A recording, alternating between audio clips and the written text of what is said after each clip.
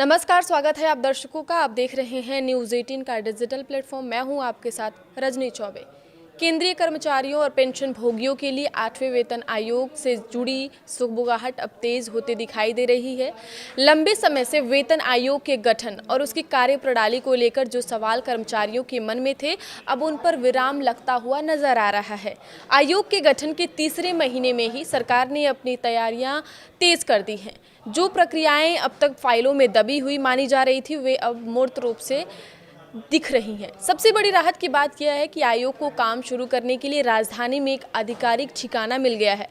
ताज़ा अपडेट के मुताबिक 8वें वेतन आयोग ने अपना काम शुरू कर दिया है। आयोग के कामकाज के लिए नई दिल्ली के जनपद स्थित चंद्रलोक बिल्डिंग में ऑफिस अलॉट कर दिया गया है।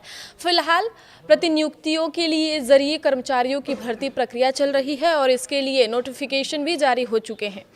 सरकार के मुताबिक 3 नवंबर 2025 के संकल्प के जरिए आयोग के गठन को अधिसूचित किया गया था।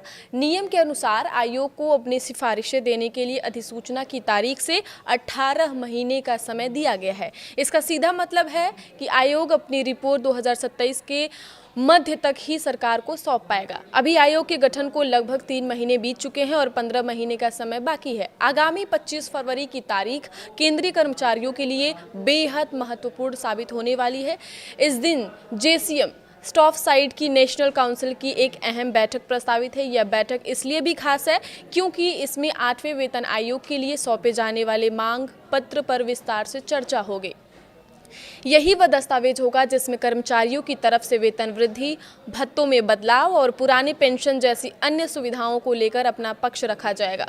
कर्मचारी संगठनों के लिए यह अपनी बात को मजबूती से रखने का पहला बड़ा अवसर होगा। जैसे जैसे समय बीत रहा है, आयोग के पास अपनी सिफारिशें देने के लिए समय कम होता जा रहा है।